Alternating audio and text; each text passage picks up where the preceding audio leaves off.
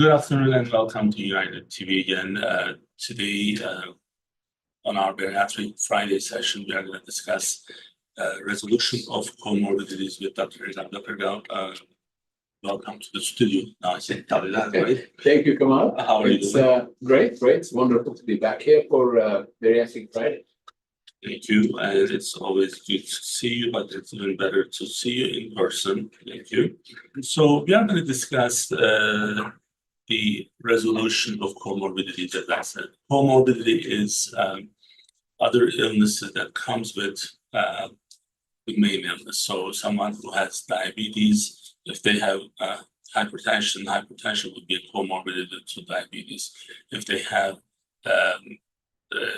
morbid obesity may be the comorbidity for diabetes. When you're managing diabetes, you will look into the other issues and how they are contributing.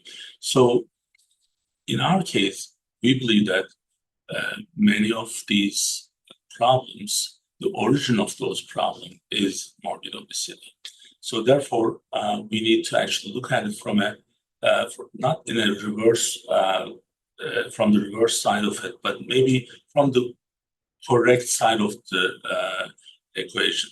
The origin is the morbid obesity. So diabetes is the results of maybe morbid obesity, and hypertension is results of morbid obesity. So instead of trying to fight those individually, if we are able to take the morbid obesity out of the equation, then we may not need to treat diabetes, hypertension, sleep apnea, certain heart conditions, and cancer, like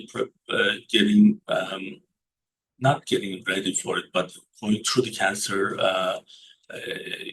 less severe stage, and joint pain, and many others. So now, Dr. Ergau, you are going to help us. Absolutely. You've nailed it, Kemal. In other words, the root cause is the obesity. In fact, rather than calling these comorbidities, we should call them complications of obesity. Really, because sometimes comorbidity implies something that you find alongside that problem, right? Oh, you have heart disease and then your comorbidity is diabetes or kidney disease, right? In this case, we're talking about direct complications of morbid obesity. So one of the greatest revelations for healthcare providers with the advent of bariatric surgery, which has proven itself to be the most effective treatment we have for severe obesity, is that the weight loss in itself is actually the outside outcome that is obvious for anybody to see. But the really very important outcome of bariatric surgery is the resolution of those dangerous comorbidities or resolution of those dangerous complications of obesity itself. Right? Very often when we see patients coming to see us in the office with body mass indices, greater than 50, which means that person is 120, 150, 180 pounds over their ideal body weight, very often they will come with a history of other diseases that have developed over time as well. Very commonly, they will have type 2 diabetes, for which they may be on multiple medications with difficulty in controlling their blood sugar level. Often, they will be treated for high blood pressure, again, by more than one medication. Very often, they will have sleep apnea, and they will sleep at night with a CPAP mask, without which they would not be able to get a good night's rest. Very often, they would have high cholesterol level. Very often, they will have had some type of event of cardiac disease. Right? So these are serious, very serious illnesses that are complications of morbid obesity. And when we are able to tackle morbid obesity with bariatric surgery, we see, as the title of this program implies, the resolution of those complications is right. And the numbers in terms of the percentage of people who actually free from themselves from these complications is very high. With diabetes, it could be over 90% of people with type 2 diabetes getting either complete resolution of the type 2 diabetes or much, much better control of their blood sugar. The same with high blood pressure, it could be up to 75% of people. With sleep apnea, it could be even close to 100% of people, 95% or plus. Same with people who have high cholesterol, as well as the risk of cardiovascular disease. But then the other most important complication of morbid obesity is early death, right?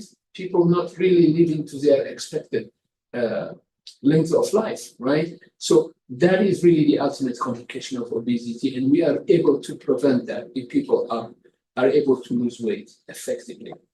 So really, the primary driver of bariatric surgery is really targeting those illnesses that can lead to an early death.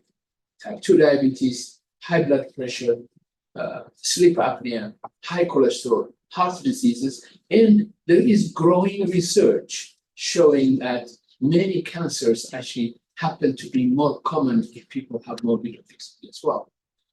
And reduction of weight with bariatric surgery actually leads to a reduced risk of those cancers as well.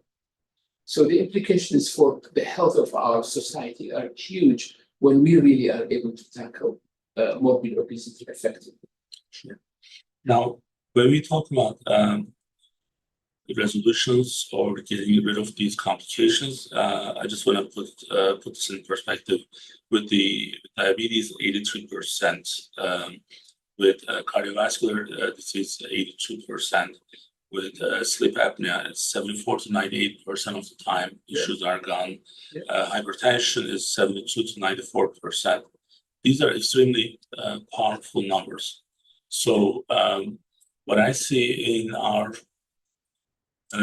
non-bariatric program with the accountable care organization, in some cases, I'm maybe more selective when part of my training comes from bariatric in terms of case conferences. So I look at the patient's hypertension, A1C. In some cases, they don't even have sleep apnea as diagnosed and treated. So yet, from 3-4 different angles, I see primary care and others are struggling to manage those. When I look at the morbid obesity treatment, that's kind of like where we fail to see the plan of action, the treatment options. And again, this is the origin of all these problems, right? So, and then when we say this is one of the most useful, most powerful tool, these numbers is substantiating what we are saying. So yes, this is the most powerful tool, not just because of the total weight loss, but also how it's helping with the resolutions. So yes, we still have some only 1% of the people who are qualified, they go with this surgery. Now, the other day we were discussing this in our provider meetings, and I share this with them as well. Like today, we had a patient misunderstanding what these treatment plans can do. Weight loss drugs are also good tools, only if it's utilized in a proper way. So they're not as powerful as the surgery is because there are certain things that you have to do with the weight loss drugs where you can get to that point slowly after the surgery, where you don't have to do but you still lose weight. But then what I see is our mind is, hey, I'm taking this, I'm going to lose weight, and I won't change anything in my life. So that's, and it's, I'm not going to lie to you. Time to time, I do that too. And that's why I really understand that very well. So if you are not changing certain things in your life and then trying to, take some drugs is not going to make you,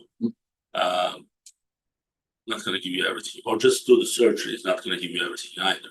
So there are certain things that we have to do, but focusing on the comorbidity side of it, when I see patients taking 12 medications, none for morbid obesity, 3 for hypertension, 3 for diabetes, some with the COPD, and it's just kind of like, to me, I see that as a huge trouble with that medication. How do they manage it? Like, also PCPs refilling them, or sometimes specialists. It's a lot of work. It's a lot of cost, but it's not effective. Right. So that's why we are saying that let's focus on these results so that we can kind of really better understand why this is the best solution. Now, I will come to the other common ones, Dr. Irgau. Yeah. You did explain, bless you. You did explain a couple of times, but I don't think we did it this year. I want to better understand the prevention for cancer being less heavy, I guess, not having morbid obesity and cancer. If you can explain that to us, because cancer is one of the still one of the biggest problems in the healthcare as a disease in this field. So, and it's costly, but also it's costly not just financially, but it's costly because not everyone is able to survive. With morbid obesity and the impact on cancer, let's better understand that a little bit. Absolutely, absolutely. So this is an evolving field where a number of epidemiological studies have demonstrated that the higher the body mass index, the higher the risk of developing certain cancers, whether it's breast cancer, whether it's uterine cancer, whether it's colon cancer. It has been seen. But the other thing that has been seen in studies have shown also is that when people undergo bariatric surgery and there is dramatic weight loss, the risk of developing cancer also goes down, right? So we know that obesity has something to do with the development of cancer as well. The actual mechanisms are more theories right now than having been proven. We know that obesity drives constant inflammation throughout the body, and constant inflammation may be related to the development of some cancers as well. So although we don't know exactly what the mechanisms are that are driving the development of cancers in the setting of obesity, we have seen direct evidence that weight itself is a major driver of the risk of developing cancer, and reduction of weight also leads to a reduced risk of many of these cancers as well. For instance, one of the very commonly seen phenomenon right now is that the age at which people are developing colon cancer is getting lower and lower, meaning that younger and younger people are developing colon cancer, who used to be associated with an age which was much more advanced before, right? But now we know that there is a lot more obesity among the younger people as well. And obesity by itself that may be the main driver. So it is huge, it is huge. This is really the implications of understanding obesity and the complications that come with it. And really focusing on reducing obesity will help to decrease many illnesses that are frankly life-threatening. So the other part is we discussed in the first session of this cycle is the different bariatric surgery types. So does that make any difference, even if weight loss may be the same, but having gastric bypass versus gastric sleeve or band, like in terms of resolutions, does that have any impact on the outcome? So in general, any intervention that will lead to significant weight loss will be mirrored by a significant decrease in the complications of obesity, or all those illnesses that we speak. But for something like type 2 diabetes, there seems to be an advantage of procedures like gastric bypass, or even to a greater extent, duodenal switch. What is common about gastric bypass and duodenal switch, Kemal, is that there is rerouting of the intestine. And that rerouting of the intestine by itself seems to affect the resolution of type 2 diabetes much more quickly and perhaps even more significantly when compared to other procedures where there is no rerouting of the intestine. So if you take somebody, for instance, who has type 2 diabetes, whether they have gastric bypass or the gastric sleeve, they will see an improvement in type 2 diabetes, right? But very often with gastric bypass, you may see an immediate improvement of diabetes even before the weight loss occurs. One of the greatest observations of the teachers that, taught our generation of bariatric surgeons, and I'm talking people who really started this over 30 years ago, is that they saw patients coming to the hospital to have gastric bypass, which was the most common operation. And I'm talking about 35, 40 years ago. Right? These patients would be patients that have horrible diabetes. They would be on insulin. And those were the days when if you were to get an operation, you would be in the hospital 2-3 days before, right? You were admitted 2-3 days before, and then you would be in hospital, obviously, for days, if not longer, after the operation as well. What they have observed is that these patients would come to hospital 2 days before their surgery, and when they are being prepared for surgery, they would be on insulin because the insulin is one of their medications that they came to the hospital with, right? So the doctor would write an order for them to have insulin as well. They've been having insulin until, the day of their surgery, and then they have surgery, and then they go to the floor, and the doctors would write, okay, for this level of blood sugar, I want you to give them this much insulin. For this level of blood sugar, I want you to increase the insulin so much. And they would give them what's called a sliding scale, which means that the nurses would check the blood sugar, and according to where the blood sugar is, they would give insulin. But guess what happened? For many of these patients, as early as the first night after surgery, their blood sugar would normalize with no insulin at all. Now they haven't lost an ounce of weight yet from the surgery, and yet there is improvement in diabetes. So gastric bypass and procedures like gastric bypass, where there is really rerouting of the intestine, seem to have a much more profound effect on type 2 diabetes compared to other procedures, where the resolution of type 2 diabetes has to wait for significant weight loss to occur.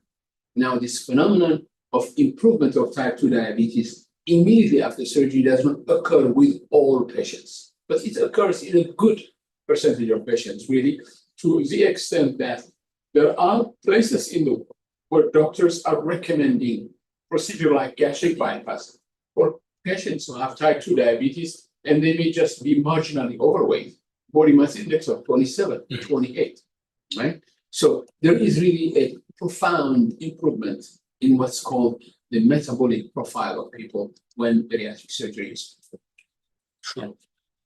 So now in terms of, keep track of these changes, these resolutions, one of the things that we always say, hey, it's good that you go through the program, 2-3 months, whatever the time that you are able to get certain things done.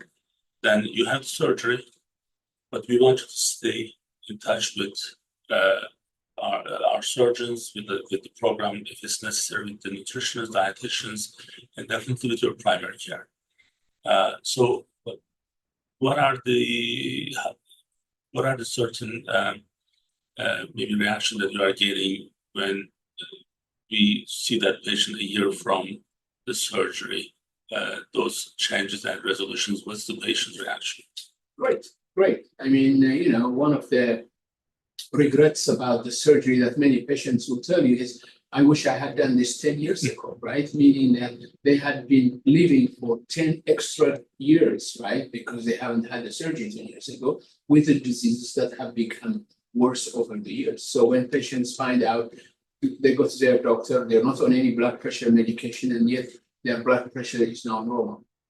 When they find out they don't have to take insulin any longer because their blood sugar has normalized without any medications, they are really very, very excited. But also they are excited because the prospect of living with those diseases was not only in the fact that they had to worry about taking medication every day, they had to worry about the complication of those diseases as well, right? High blood pressure, Kemal, can lead to stroke. High blood pressure can lead to kidney disease, right? Kidney failure. high blood pressure can lead to heart disease. Similarly, type 2 diabetes can lead to blindness, it can lead to kidney failure, it can lead to foot problems, it can lead to nerve damage that are very often irreversible. So when you have type 2 diabetes, you are facing at a future with the possibility of those illnesses. And once these have gone, what's the relief is? How much weight has been taken off your shoulder, essentially? So patients are absolutely delighted and elated. They feel as if they've gotten a second chance really to live their lives without worry. And you don't even have to wait a year to see this. You know, one of the most common calls we get, you know, as early as 4 or 5 weeks after surgery, these patients say, I am feeling dizzy. Okay. The first question I ask them is, are you still taking blood pressure medication? And they will say yes. I say, well, you are feeling dizzy because now you're taking blood pressure for a normal blood pressure. And guess what? When you have normal blood pressure and you take blood pressure medications, your blood pressure goes down. And when your blood pressure goes too far down, you start feeling dizzy, particularly when you get up from a lying or sitting position. So we ask patients to decrease their blood pressure medications, call their primary care doctor or their cardiologist, their provider who prescribe their medications, and discuss with them about ways to decrease the amount of blood pressure medication they have to take. And it's the same thing for type 2 diabetes as well. Patients would be taking their medication. It's a few weeks or even days sometimes after their surgery, and they find out that when they check their blood sugar, the blood sugar is too low, right? Which means that they don't need the medication anymore. So that's kind of, to me, it's interesting in a way that, so someone who should know and expects to get certain things done as from the patient perspective, but then when they complain about what, in your example, when they complain about feeling tired, that means they actually don't know what those drugs do to them. Right. So, because if they did, if they were well educated about those drugs, then what would have happened is, hey, I'm feeling differently, my weight is down, and now I should not be maybe taking this. So that's also kind of like part of the reason we do these events. So there's always something that you pick up, and I do. It's just maybe 7 or 8 times that we cover this topic. There are new things that we pick up, and patients should be well aware of what they are taking, how much they are taking, going through their regular exams, following our team visits post-surgery. So these are all important things. One of the other issue that I see, Dr. Erkan, with the resolution, although we just maybe put this under the joint pain, but the number of people who are going through joint pain related surgery and then who have morbid obesity. So,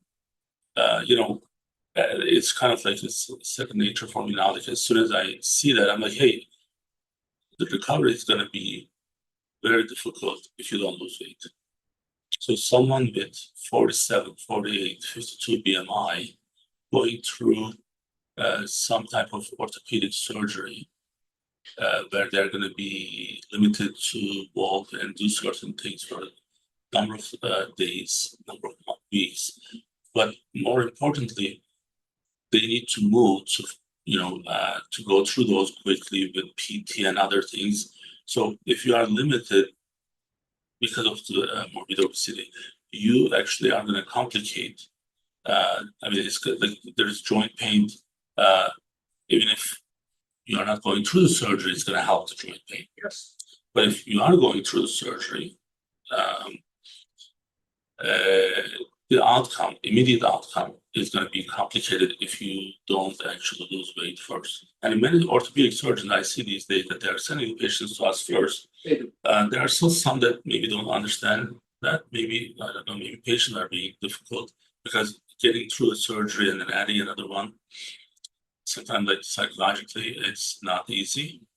But what's more complicated, what can be more complicated is if they have complications from the joint surgery. So that, and also again, even if you don't have this, if you don't need to get surgery and you have joint pain, our body, our frame is able to handle so much. Yes.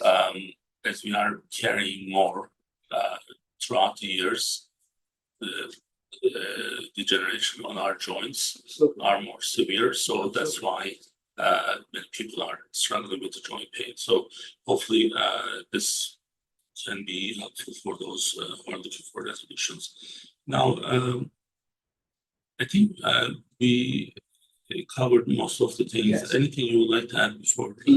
Yeah. So in terms of the need for continuing or not medications after the surgery, obviously the results are individual and the severity of the complications are different from patient to patient. So it's important that patients work with their provider in terms of adjusting their medication. So the first thing one of the things we ask our patients to do is to have an appointment with their primary care doctor shortly after their bariatric surgery, within 2 weeks, within 3 weeks, so that discussions can start about scaling down medications that may not be necessary anymore. So that's again important to make sure that this understanding that primary care is on board and they also follow up. Yes. They also communicate those with us in our system. We are in one chart, one domain, one patient, one chart. Yeah. Communication is much easier. Yeah. We have our care managers who are willing to help, our dietitians, nutritionists.